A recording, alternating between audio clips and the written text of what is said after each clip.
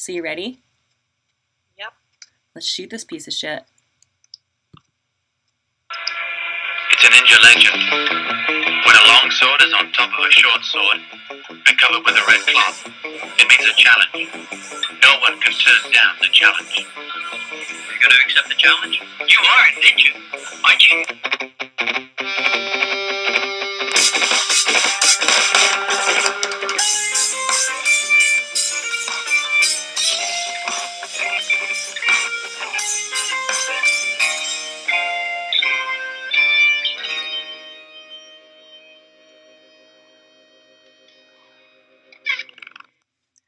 Hello, I'm Sabrina, aka Bria, aka the artist of the popular transgender-themed webcomic Life of Bria, and now apparently that qualifies me to have a radio show.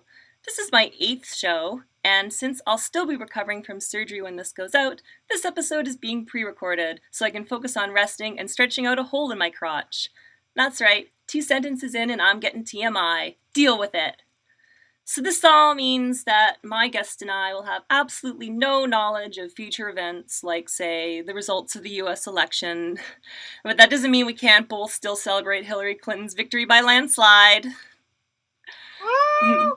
Nervous cheering. I'm honestly a little nervous here, because this week I get to have the honor of speaking with no small hero of mine, and one who's proven time and again to be an ally of Life of Bria comics, and who I totally just talked about stretching out my vagina in front of. I'm of course talking about the trans lesbian queen herself, Canadian journalist and LGBTQI activist, the gorgeous and sharp-tongued Jessica Durling. Jessica, thank you so much for coming on the show. Oh, it's no problem at all. It's such a nice intro. Thanks, I try. So, you're like an actual journalist, instead of being just like a snarky cartoonist who for some reason was given a platform to interview people on.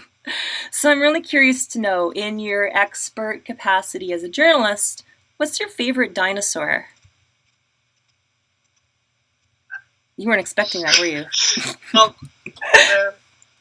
I always ask my guests that, don't worry.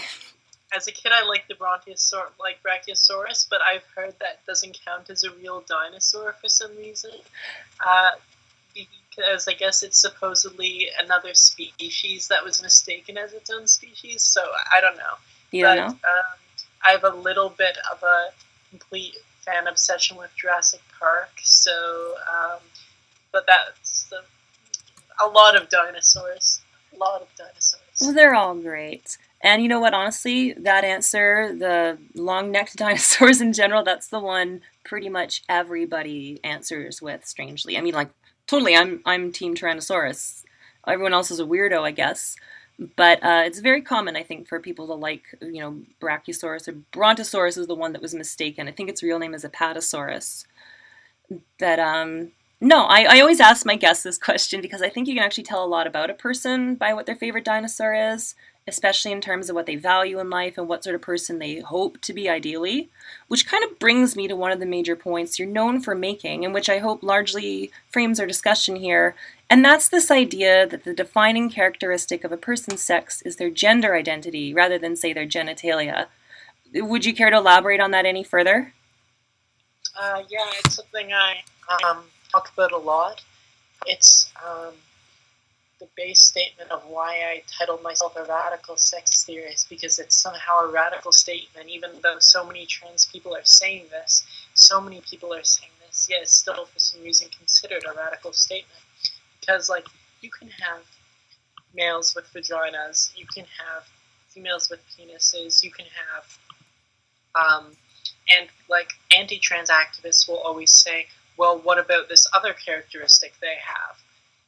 And you can find females all over the world without blank characteristic. Mm-hmm. With blank, typically thought of as a male characteristic. The only characteristics all females share is gender identity. And whether you believe it's from a social cause or a biological cause, which I support myself, both of them come to the same conclusion that in the end, sex is the frame of gender. gender identity is the core characteristic of sex. I like to think of it as like a motor vehicle, and you can have motor vehicles with all different parts, but what really a motor vehicle needs to be the motor vehicle is the motor, and that would be gender identity. What I always wondered with these essentialists who are so tied up in our bodies is what would happen if, we're getting into science fiction here, except of course transitioning one's gender was science fiction 50 years ago or more.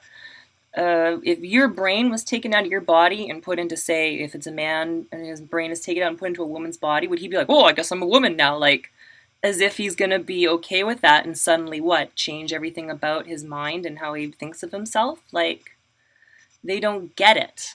That our minds have been put in bodies that, according to society, don't match up to who we really are. And we have to take steps to be that person.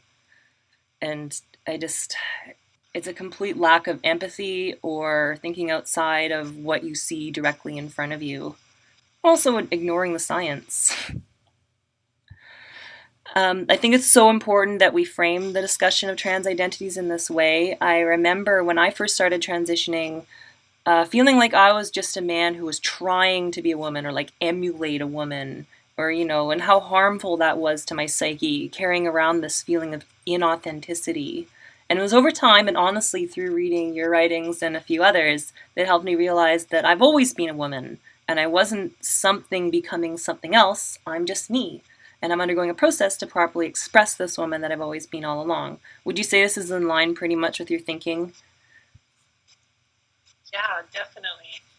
Definitely in line, because a female can have all these characteristics. As long as the person has a female gender identity, they are a female.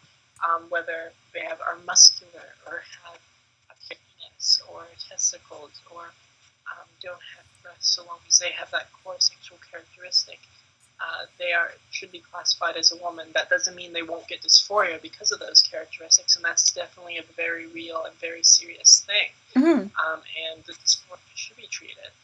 And I'm not suggesting love your bodies, regardless if they don't have characteristics that are typically associated with your sex.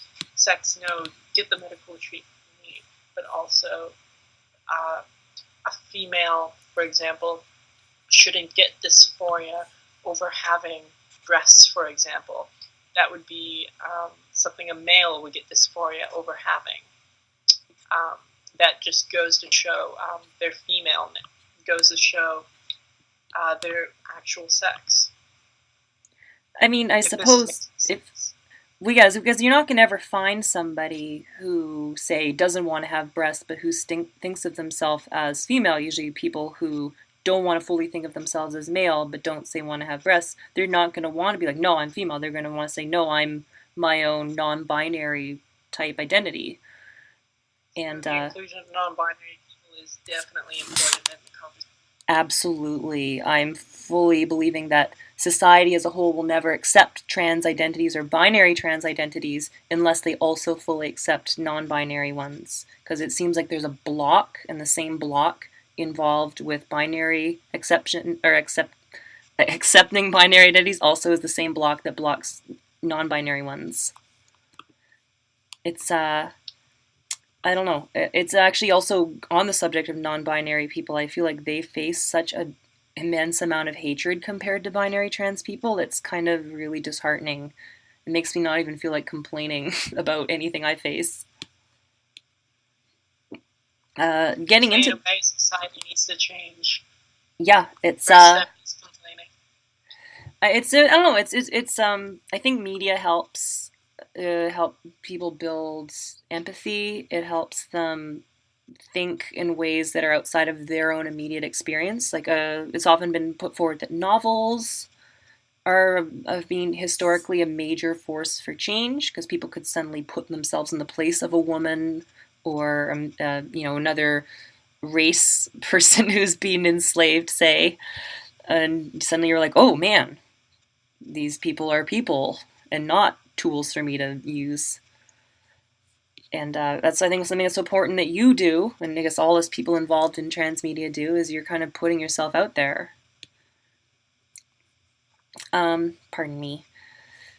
Well, we're getting into a little bit of controversial territory, though, with, I guess, trans identities, but something that a lot of my comics page, it comes up a lot in discussions, and I feel like you honestly might be the best person to ask about it. But given that us transgender women are just women, there are those in our community, and to be honest, at times, I'm inclined to count myself among them, who kind of resent being labeled as trans and would prefer just to be referred to as women. I'm curious where you stand on that and how you feel about being labeled as trans.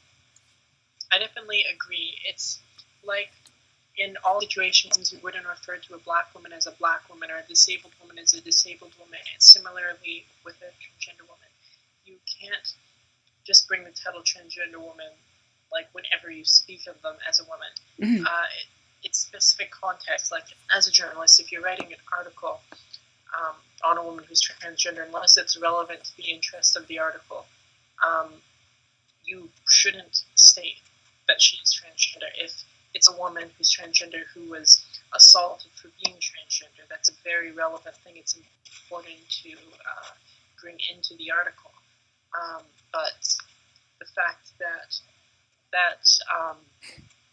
you can't, sorry, I lost my train of thought with some background noise, but you bring it in with relevance. They are a woman.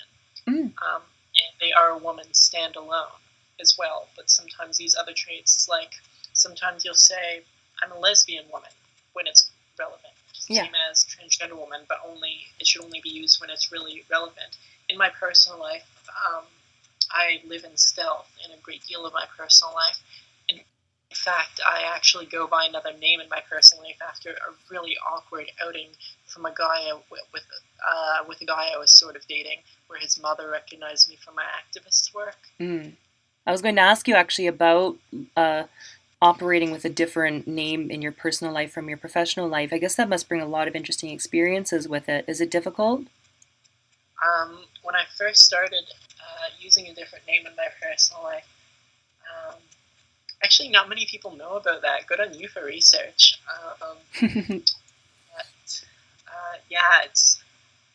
It was interesting at first. It was kind of like like an identity crisis, of being like, I don't see myself as this other name at all, but at the same because I'm very much Jessica, and I see myself as a Jessica, but having to like adopt a name that I don't automatically respond to. Oh my goodness. And I mean, it's grown on me, of course. Like, I've gotten used to it. When someone will say the name, I'll actually like respond and go like, what? And but that definitely took some time to getting used to as well. So Jessica Durling was like the name you were known as more before, but then you changed your personal name to be a completely different, unrelated one, but your public name remained the same? Yeah, my legal, my political, my public name all definitely remains the same. I actually, this idea came from a conversation with the webcomic artist Erin Lindsay, who wrote Venus Envy. Some people... Are you there? Well, yeah. Yeah, sorry. Keep going. Some of you might have heard of her, but yes, she's a big hero of mine too. But yeah, she basically, the conversation came up about using other names and stuff, and it was too late for me to use an alias in my activist life, unfortunately. Kind of wish I had now. So I used it in my personal life, which is kind of a complete reversal of what I'm sure the conversation was aiming at, but, you know. That's so fascinating, though. Reverse secret identity? The one you took on is the one that you use publicly, sort of thing, and the real you is the one that's kind of out there. That's so cool. I didn't know. I was like curious when I asked the question. I was like, is Jessica her real name, or is it like a fake name and this thing we all know you as and call you is just not you? That's I like that. Does it feel good? Like, I know it's sort of nice. The vast majority of official correspondence I get is to Bria. Bria's not my name, but people call me that, and it's nice. It's just my nickname. And I guess that must be the same way with you. When people call you Jessica in your professional capacity, it must feel really great. Yeah, personally, I prefer being called Jessica, but at the same time, I really don't want to risk being outed in my personal life, because I've been outed by friends Googling my name and stuff, Yeah. which is really weird. Don't Google your friends' names, people. That is kind of weird and creepy. Yeah, don't do it. So it's just easier, I find, going by this other name, but it's definitely not my favorite name in the world, but it isn't a bad name either, because I obviously picked it for myself. And I know this is changing the topic a little, but can we go back to the first conversation about dinosaurs for 2 seconds? Absolutely. I always talk about dinosaurs. Can we go back to the first question about dinosaurs? Because the T-Rex should definitely be like the trans mascot. Because do you not know about Transaurus Rex? Yes. Wait, is that a thing? That's a thing. I found out about that recently. It's another trans comic, yeah. I have not heard of this before. Yeah, I'm interested. Sophie had posted about it recently, and I had to go check it out. Wow, I'm color me impressed. Wow. You came up with it independently. I'm actually interested, though, in when people talk about, the trans identity that a lot of them want to pin us on. It's like talking about the certain experiences that we have, like, oh, we've had different experiences than, women born women. And it's just sort of, would a woman who hadn't had the usual sort of experiences, like if she grew up in like the gulag, or I made a comic once of a woman raised by wolves, is she not a real woman then? Like, how do you feel about this idea of the social experiences shaping who a person is in their identity? The phrase woman-born woman annoys me so much, because it's implying that trans females aren't born female, and it once again, back to the gender identity against the core sex characters, just drives me mad. Mm-hmm. And otherwise, as you said, all people have very, very different social experiences growing up. And in terms of gender norms, even then, there are different social experiences. But a girl hiding her gender growing up isn't getting the same socialization any boy would have. She's hiding her gender. That doesn't mean she's immune from the sexist and misogynistic culture that's raining down hell on her life, just because she's hiding it. A lot of these people. It's a ridiculous theory that's based on the fact that they are determined to believe that trans females are male. Yeah, it's rather irritating when they bring out something like male privilege. They don't seem to realize that male privilege doesn't feel great when you're not male. Like, it just makes you feel like you hate yourself, and you don't. Why don't they try the same thing, dressing up in a drag and trying to pretend to be a guy for a few weeks, maybe a month, see about how it feels to have to hide your sex. It's it's a complete lack of empathy again, and a complete unwillingness to see past your initial instinct. I don't know. I can't even get my head into the space. I try really hard to figure out why they act the way they do, and I don't really get it. I personally come to the belief that it's some factors. A big one, I believe, is, and this has been going on with several marginalized groups all through history, but the idea of othering a group to bond themselves. They can other this one group of women, dehumanize them, bash them, target them, and in doing so, it brings them together. They're fighting this common enemy, this inhuman enemy, and together that makes them a community, that gives them those social bonds, gives them that support with each other, to making this other enemy, and that's what I think a large part of it is. That's very astute. I'd never really thought of it in that specific regard, but you see it everywhere. I mean, you get people uniting against communists or terrorists or Mexicans or, witches and Satan. The people love to hate somebody. That was actually... It does that community. It gives them that social bonds. It gives them that friendships. it's almost like a call to mad aspects. Oh, yeah. And by putting down this other group, it empowers them through social means, and it really is really upsetting that they choose to do this, and it's saddening. Why do you think they've specifically singled out trans identities as their target of hate for bonding? I mean, miseducation could be a factor that they were miseducated, that gender identity has anything to do with gender norms, and by the time anyone tried to explain that they aren't the same thing and don't coincide, maybe they don't want to believe it, or maybe honestly nobody has explained it to them. But many of the cases they are aware that, or there's just so many different factors that I can't say. There's just so many factors. I always imagine in the case of especially like female turds, the trans exclusionary reactionary dumbasses, as I call them. I refuse to call them feminists. I've also heard them called terms, with feminist replaced with misogynist.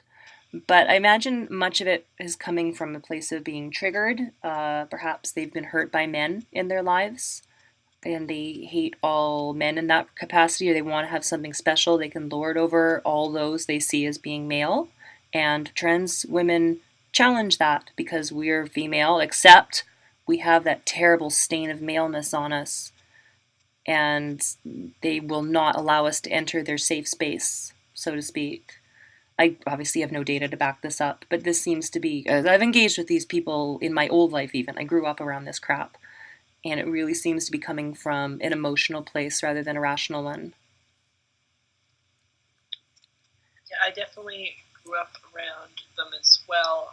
The first person I ever came out to, funny story, grew up in completely different directions. They became a trans exclusionary, and I became a human rights activist. I wonder if they believe themselves to be human rights activists. They certainly are very self-righteous. It's I couldn't say. Here I am. I'm very fond often of bashing on them, that we were just talking about bonding over hating other groups, so I don't want to dwell on it too much. But it is difficult when you're facing with a group that truly hates you by definition. That's what their existence is based around, whereas like trans women by definition didn't want to hurt anybody. Just want to exist. Just want to not be segregated or discriminated. Well, it goes back also just to this idea of not necessarily wanting to be labeled as trans if you don't want to be, because we just want to be girls for the most part. I know you talked about that recently, because not all of us do just want to be girls, but a lot of us do, and so we never asked for any of this crap. We didn't want to fight with anybody, but apparently we do. I'm actually interested in, you'd recently posted about I say recently, it will have been a few weeks ago from our listeners' point of view, but identifying as a butch woman and the people who criticize you for it. And this is very much in line with what's written by Julia Serrano, who's actually going to appear on my show from my point of view. From our listeners' point of view, she will have appeared on the show a few weeks ago. We're getting into some time paradox shit here, kids. Wibbly wobbly stuff. Gets a little hazy when we're recording things and broadcasting things, but most people, I hope, are familiar with Julia. She writes about this impossible double standard that transgender women are held to, that if we're too masculine, we're revealing ourselves to have really been men all along, and if we're too feminine, then we're just acting out stereotypes of what men think women should be. So I'm wondering how you feel about that sort of thing, given your very norm-defying butchness that you express. First, I want to say I love Julia Serrano. She coined, for those of you who don't know if we're listening, the term transmisogyny, which is wonderful. And I, about a couple years ago, had the pleasure of speaking alongside her and meeting her. Wonderful, wonderful woman. Now let's move on to the question. Well, like, I don't get the supposed conflict between presenting as male and breaking gender norms for my sex with being misidentified as another sex at birth. They are two very distinct and different things, and it's understandable why, due to trauma with having to pretend to be another sex, why someone would want to more closely cling to the gender norms of their sex. But like, for me, I always liked breaking norms, breaking these social norms. I like presenting as butch.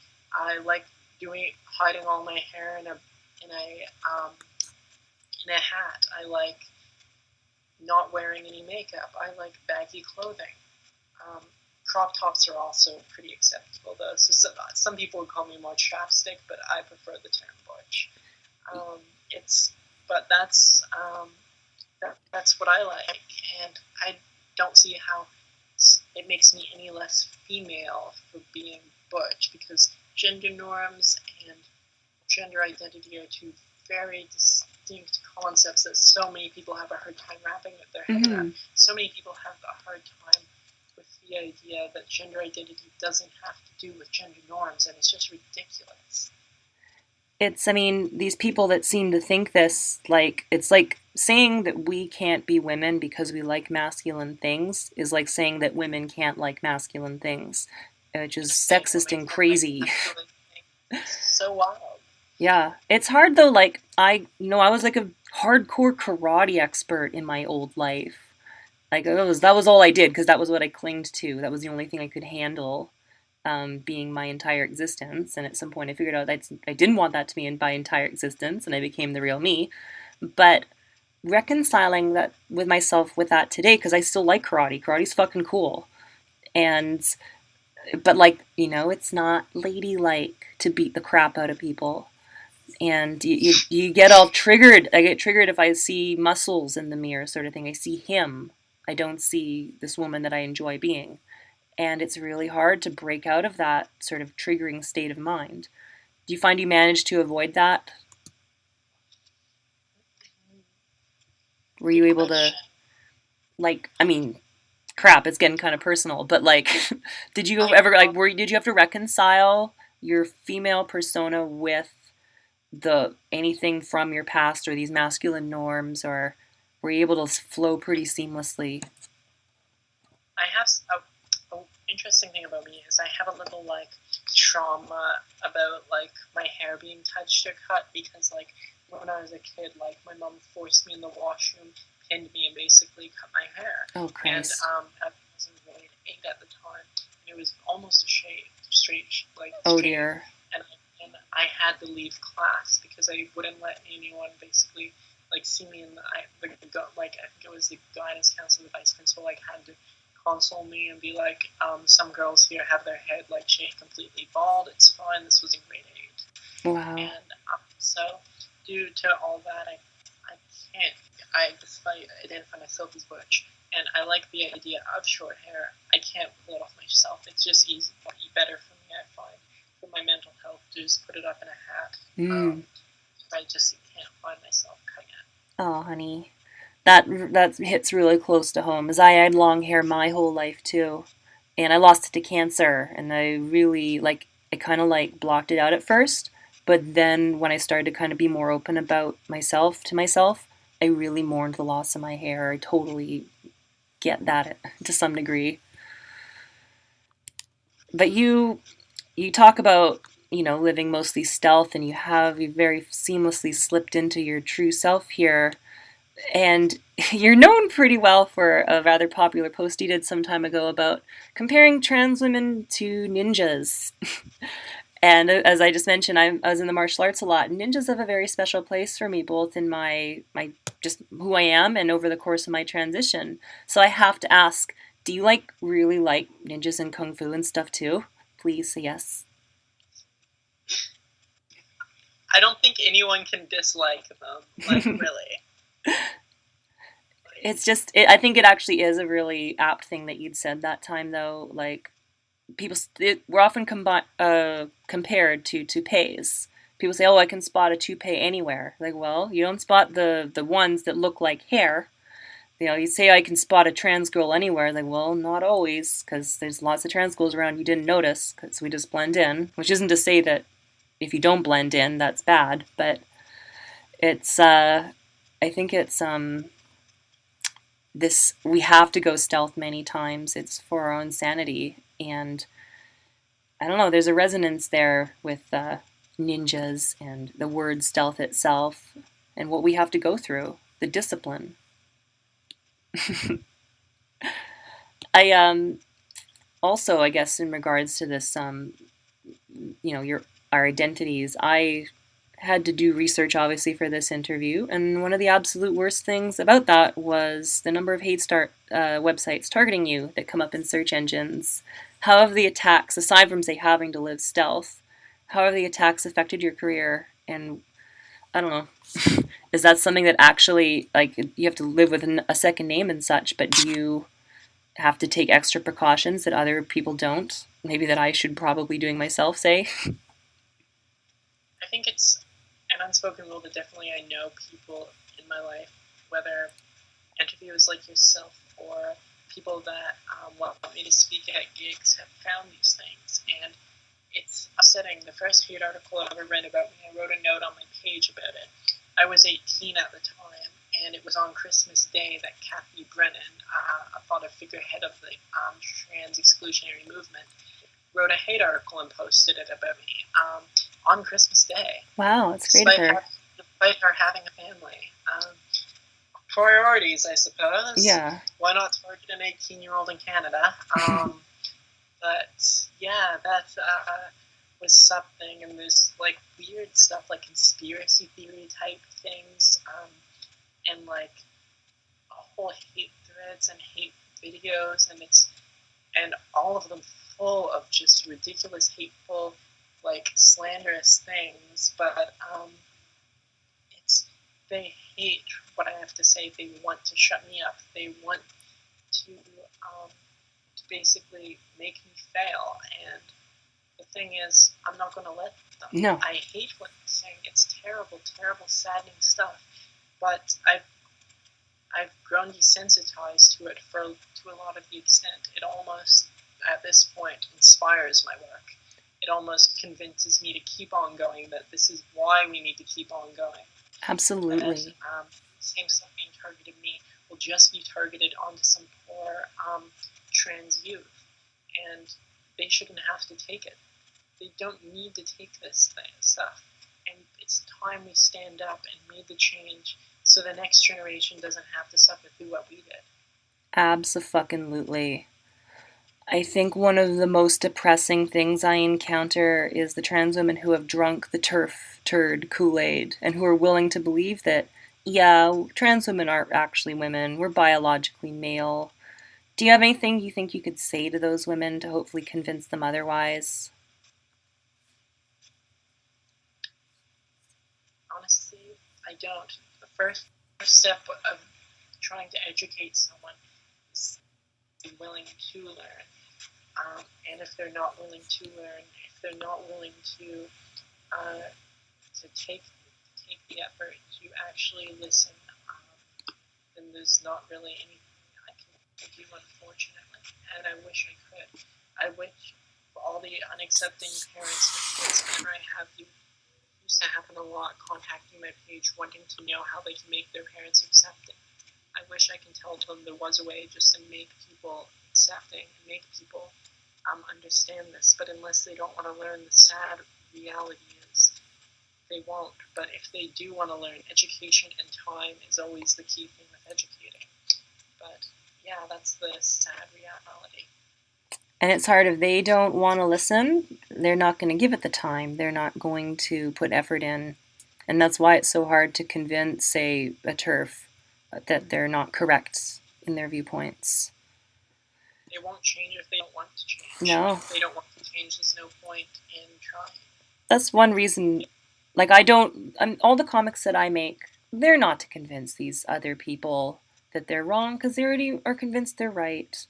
It's to help, as you said, help the other young kids and people our age even, and older people too, to help other trans people just understand, like, no, these things those people say about you, they're wrong, and here's why they're wrong. You don't have to listen to them. And that, I think, is one of the most important things. I don't know about for you, but for me, like, I get closure on these issues, they're me dealing with them too, not just putting them out there for others to deal with. Do you find you get that from your work? Yeah, I personally find that closure comes better for me personally with political activism rather than social.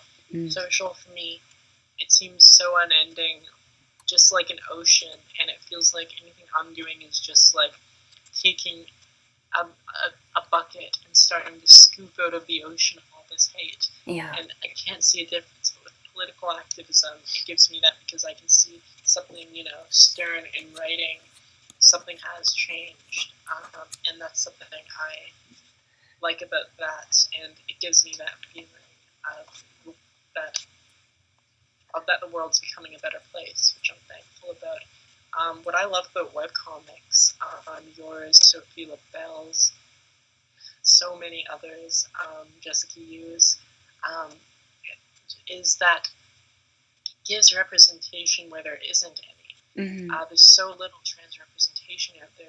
The idea that media tailored to trans people that aren't telling them that they're a freak, that are telling them that they're normal, is just so amazing. I absolutely love it. I personally fangirl over webcomics, this trans webcomics specifically. They're an amazing, amazing resource that I'm so thankful there's now actually several out there that these youth struggling with themselves can find and struggling with this hate. And it's so amazing. That makes me really happy to hear. At least someone thinks that what we're doing is important. I mean, I know a lot of people like it, but it's hard because I was just talking actually with other Jessica about this, and we get a disproportionate amount of hate for the amount of recognition we get, and it's kind of tough to deal with. Have you had to sort of sort that out? Because you get a pretty good amount of recognition, but do you feel it matches up to the amount of hate you get? Usually, yes. I kind of stopped thinking about banning people, and I just kind of like go, ban delete. There was one post a while back that was such a ridiculously disproportionate amount of hate. It was something like dude is not gender neutral. Yes. It was something, that one was ridiculous. I was literally I checked. I was away. It was Thanksgiving weekend in Canada there, so I was away for the weekend. So I was only checking my phone every so often. One time I pulled out the phone just in the car with my girlfriend, just checking it. I was just blown away by it, and I spent like 5 minutes just delete on that post. Oh, dear. Usually, thankfully, I don't get that disproportionate amount of hate. I think. There's definitely a pretty good amount of hate articles and stuff about me and hate threads, but thankfully, compared to the webcomic artist hate crap, it's such a unique thing to hate, specifically the webcomic artist. It's so ridiculous. Maybe it's because that so many people don't comment that love your work, that just smile and see it, that it makes their day brighter. And they don't have that comment. They don't feel the need to post those things as strong as the haters do, possibly. That's a very good point, actually. If you like something, you're not always as likely to, say something. You just go on with your day. But if you don't like something, you're way more likely to say something. And it's way more likely to be something awful if you're the sort of person who hates things. That's the case. I feel very bad for how hard it must be to be a trans webcomic artist that focuses on trans things.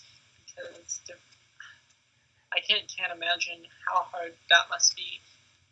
And if anyone's listening here that likes webcomics and feels comfortable commenting or liking stuff, please give your favorite webcomic artists a shout out. Please like their stuff, because from what I understand from all the webcomic artists I know, they could really use it. Yeah, do that. Seriously, guys.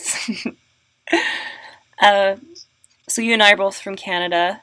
And a lot of people in the States seem to have this idea that Canada is some kind of left-wing socialist paradise.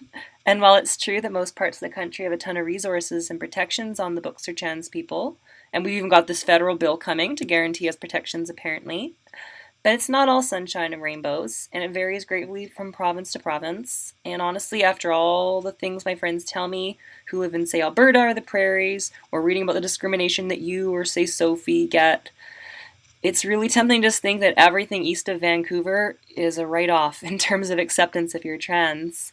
But how is it where you are? Because you're on the East Coast there, right?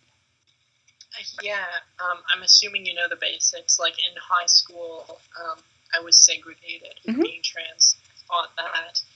Um, Eventually was on a committee to implement trans-friendly guidelines and policy for kindergarten to grade 12 grade schools in Nova Scotia.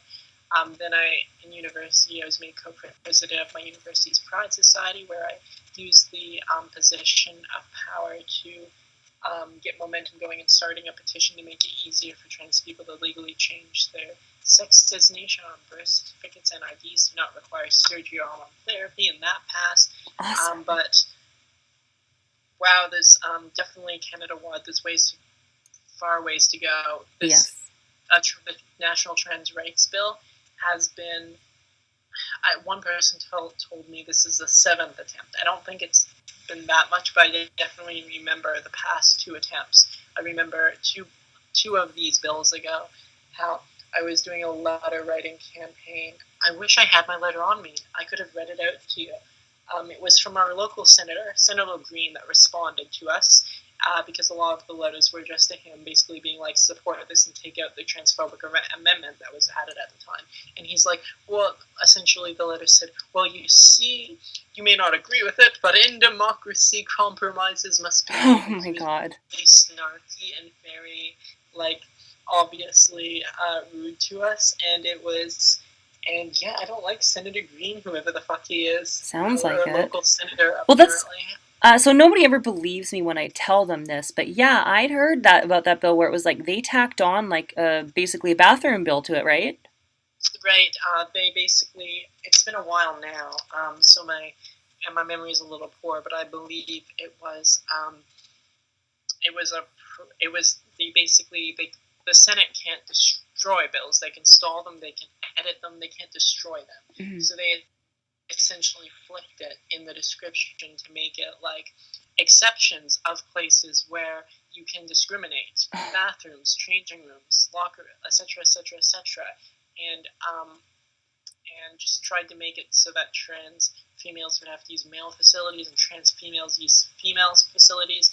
And the guy who was spearheading it, Senator Plett, is a very transphobic man, compared trans women to child predators, and he's a complete disgusting, evil man. You're allowed to swear on the show if you want to. I'll say it if you don't want to. They're fucking animals. I can't believe in the year 2015 that we have a bathroom bill in good old communist Canada here where we're supposed to be friendly. And nobody believed me. I was starting to think I made this up. But I'm glad. We'll have to ride our mooses down to the parliament, eh? Right? Get tie them to our ski-doos. Get some cannabis on the go and smoke it on our way. Have a real friendly road trip. I know the cold winds that can be cold, but I'm sure some friendly neighbors up across the border will just like help us. Let us stay at our igloos for a few days as we travel. Quite the trip. See, this girl passed the Canadian test. This is how we know she's actually Canadian. That's all 100% true. One debate that is heating up here in British Columbia is the removal of sex identity markers on government-issued ID. I've honestly seen both sides of the issue make fairly solid cases, but I'm interested where you currently stand on that issue. Currently am supporting a current initiative in Nova Scotia. Actually, the NDP, NDP in Nova Scotia introduced very recently, we're talking within the last week, a bill to have non-binary identification, like the option of non-binary identification, and this is something very important to me. Absolutely. I want government identification that accurately reflects people, that's accurate. When you have someone who's neither male or female, it isn't accurate to give them male or female. It just is inaccurate, it's ridiculous, and if someone is non-binary, they should have the right to having identification that's non-binary. I just can't stand that bureaucratic inaccuracy. Yeah. It drives me nuts. I'm sure it drives non-binary people much more nuts. Oh, yes. I know for a fact it does. I've been talking with them lately, and that seems to be the number one thing that pisses them off. Oh yeah, and I can only imagine. And I want to be as much of an ally to the non-binary community as possible. And if, since I am someone who has changed, like identification laws in the province before with making it easy for trans people to legally change their sex designation, message my page and I'll show you the petition that I used. And if you have any questions, I'd be willing to help you because I want to be as much of an ally to the non-binary community here as possible because it's ridiculous. That's great that you're involved with that then. And I think honestly that's the right direction. There's the initiative here in BC is there's one side that is saying they want to get rid of all gender markers on ID, which I have a hard time believing the government's going to ever go for. But they make a case. It's an interesting case they make. Just the idea that having a non-binary marker on your ID singles you out. You're now like separated from the pack. Yeah, I get it. It's a definitely reasonable argument because all compared to all like the other sexes, non-binary people are very disproportionately marginalized, and having a signifier that you disproportionately marginalize on ID, I can see why that would concern anyone. Definitely, it would concern me if I were in their spot. And the idea of removing sex designation markers is something I wholeheartedly support. I don't see it until I can't imagine it happening until the next round of the decade. But nonetheless, it's something I wholeheartedly support. Yeah, because the opposing argument is that there are those who would then face discrimination because if you, say, are non-passing and you want to be, say, using a female room or whatever, and you don't have this documentation that says, no, officially I'm female, or even if you're a cis person who doesn't fit the idea that some person has of what a female should look like, you don't have a whole lot backing you up to be like, hey, I'm actually a female and I'm allowed to use this rape facility or whatever. I mean, honestly, they shouldn't be discriminating in the first place, but this seems to be the counter-argument that the other side is having. How do you feel about that one? Well, the thing is, several females and males in our society already don't have IDs that align with that. So we already have that problem. More so, once we get gender identity protections legislated as far wide as we can reach, as long as people are educated that those protections do exist, they can't legally do that to them. And I think that's really important and the step to go because we already have females with M's on their IDs and males with F's on their IDs. Which is absolutely unacceptable. Everywhere in Canada needs to get its crap together and just let people have the documentation they need, whatever that ends up being.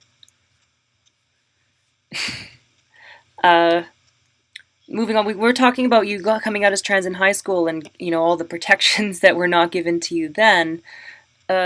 As somebody who wasn't ready to even admit that I was trans, let alone come out when I was in high school, I'm curious about how that entire situation was and how it shaped who you are today, actually.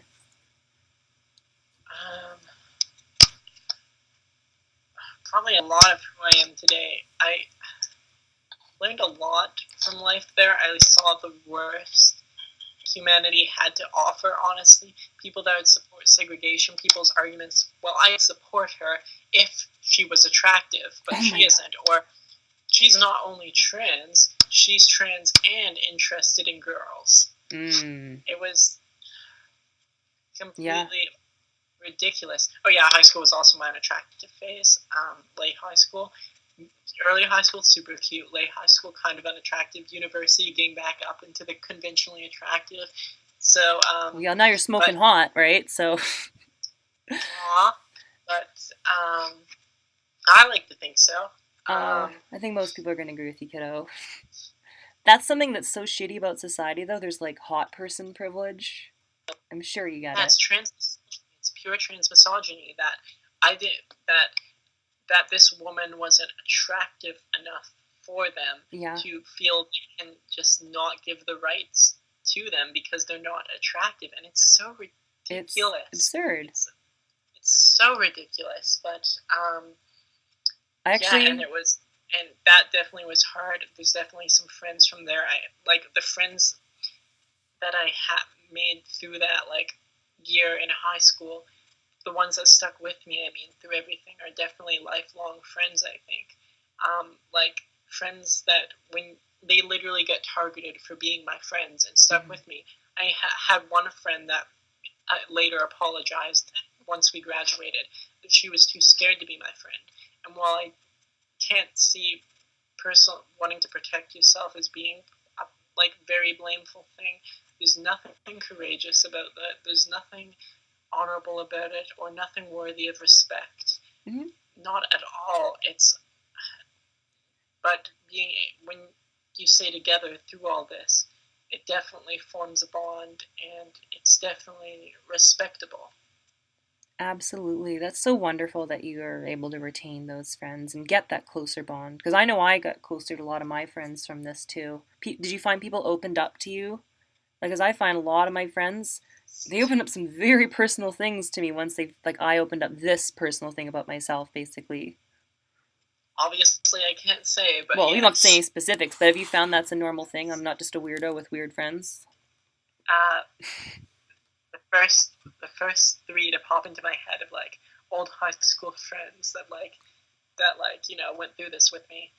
2 out of 3 of them confessed something like that, and the other one, funny story about this other guy who I went to high school with, cis straight guy, never came out to him, just kind of goes along with it, targeted for being my friend, kind of just annoyed by it, continues being my friend.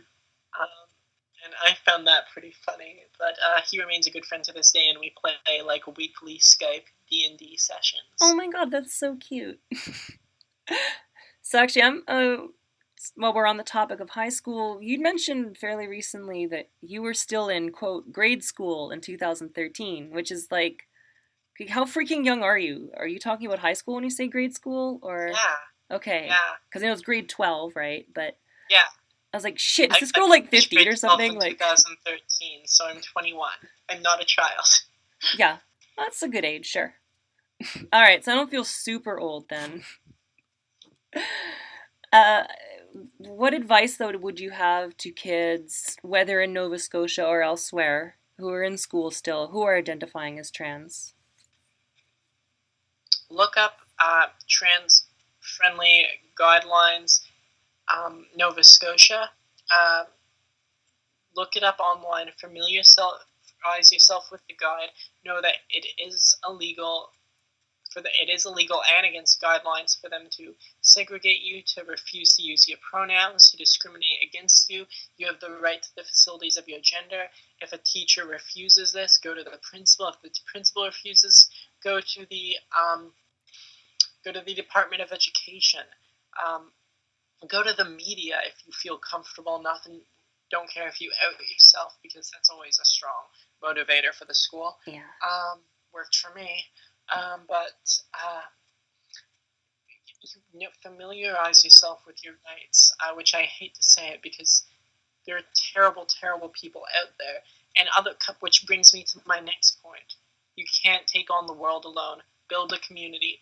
I could not have accomplished everything. I would have failed at every step I took if I never had people by my side, friends, people that cared for me. Even if you can't personally meet where you're at, if it's a rural community, you can't personally meet other LGBTQ youth, at least have a community of those who support you. It's important. You need those people there. And if you are in Nova Scotia, I'll risk plugging a nonprofit org I know. They're called the Youth Project. They're an LGBTQ youth organization, 25 and under, that hold like drop-in events and stuff. And I really recommend checking out some of the events going on if you're a youth in Nova Scotia, a trans youth that wants to build this community. And if you're not in Nova Scotia, I suggest you find if there's any organizations like that around you. And all those specific different I don't want to say guidelines and I guess regulations that you cited there, are those ones you helped set up? The guidelines in Nova Scotia for Yeah. the Department of Education. I was put on a committee with the Nova Scotia Rainbow Action Project, who I worked for as their campaign coordinator over the summer, and the Youth Project, who I used to be on the youth board. Both of them were were basically on a committee along with many others to write this trans-friendly guidelines, and it was an interesting experience. Overall, they did it. After we did send them the recommendation, the guidelines, they had to the Department of Education made the final call of what went in it, which was a nightmare of nervousness for me. Of will they just scrap everything that we wrote? But I'm sure you would have some leverage at that point. So you'd probably be like, yeah, that's not going to go well for you kids. Set up a whole committee and I want this thing to end, yeah. And I don't, and I'm not, and at this point I wasn't even in grade school, so it's it will be more complicated for me to continue fighting this. But thankfully it turned out pretty decent. So they never corrected me on the guidelines, in the guidelines, which is something that still pisses me off to this day. Well, I think you're luckily getting credit. Most people I mention you to know who you are. Even my uncle knows who you are. He's not involved in this stuff at all, but he was from Nova Scotia, so. Oh, cool. Where are you from? I've lived in BC my whole life. I grew up on Gabriel Island, a little place. Went to high school in a town run by the Hells Angels, so I didn't especially feel like coming out as trans there. But my uncle lived in Nova Scotia for, years and years, and he you know what? Honestly, he probably even mentioned you before I came out as trans. I don't know why. I don't know why that would have come up. Yeah. So weird. I used to live in Prince Rupert, British Columbia, actually. Yeah? I've never been there. My ex was from there, so I know a lot about it for some reason, but I've never personally been. So you're involved in the media a fair bit, and actually, you posted one of my comics I did about this issue. But what I always try to ask my guests is, what would you most like to see change about the depiction of trans people in the media? Honestly, the big thing, quit having them played by males in movies and stuff. Trans females played by males and trans males played by females. It just continues that stereotype that trans females are really male, or males that become female. Yes. It is such a transmisogynistic stereotype, it's such a transphobic stereotype, and it just drives me mad. And once again, I think I said this earlier, but if it isn't relevant to the story you're writing, don't just throw in they're trans. Yeah. Actually, if it's just. Although it could be interesting to have a character, they're casually trans and it's not a big deal. That might be a sign that there's some change has come, I hope. Yeah, I was thinking, definitely. I was thinking more media news. Oh, for sure, yeah. Well, that was for that second point, but there was one article I found trans woman attacked by moose. It's did the moose attack her because she was trans? Is this what the title hate of crime this moose article is implying? Did the moose did the moose have transphobia? Was he transphobic? Trans broken arm syndrome? What is this article implying by just shoving this in here? It is probably to grab headlines. Trans stuff's hot. Let's talk about it with a moose story.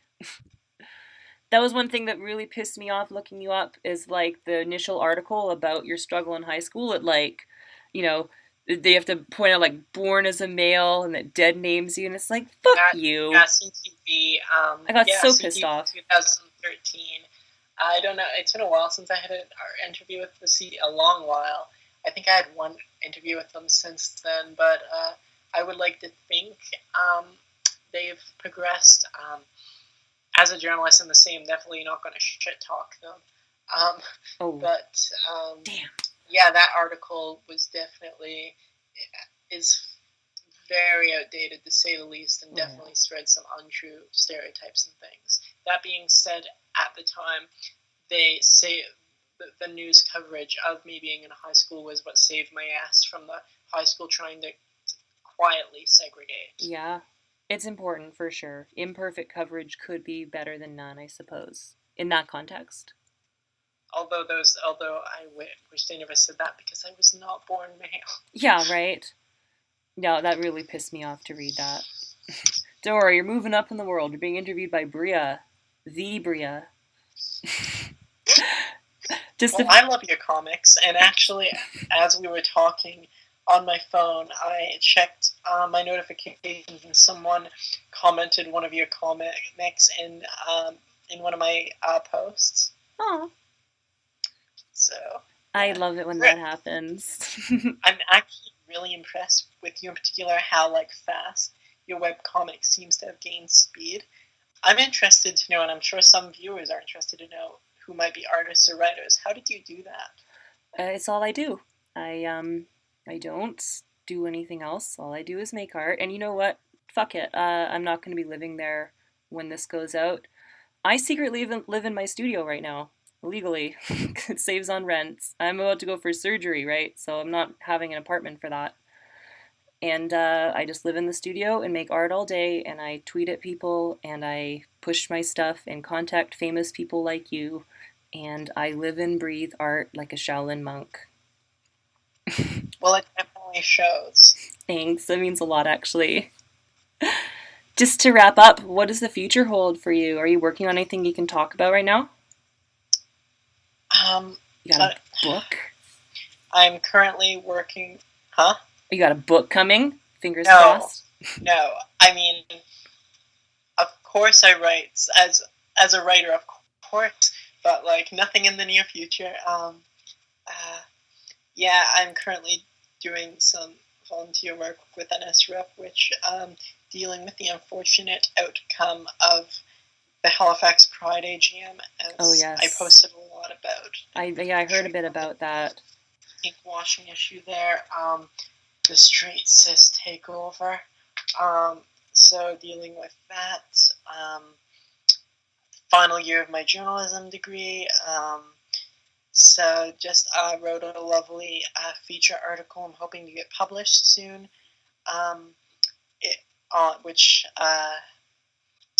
definitely very excited for it because I spent the last 2 months working on this feature article. Awesome. Yeah, so interviewing Stonewall veterans and stuff. Yeah, so nothing too exciting. We will see in terms of activism and journalism. We'll see. That's so great. Thank you so much for coming on. I had an absolutely wonderful time. It really means a lot to me that you are taking time out of your day to talk to me. Oh, no problem. Thanks for the interview. No probs. So we'll sign out here. I'll talk to you a bit for after we cut out. Thank you for everyone who listened, who, tunes in, who comments on stuff. You can find more of my episodes both on strangelabel.com but also on my YouTube channel, Life of Bria. And you can go to lifeofbria.com to read more of my comics. Y'all have a great week. Bye.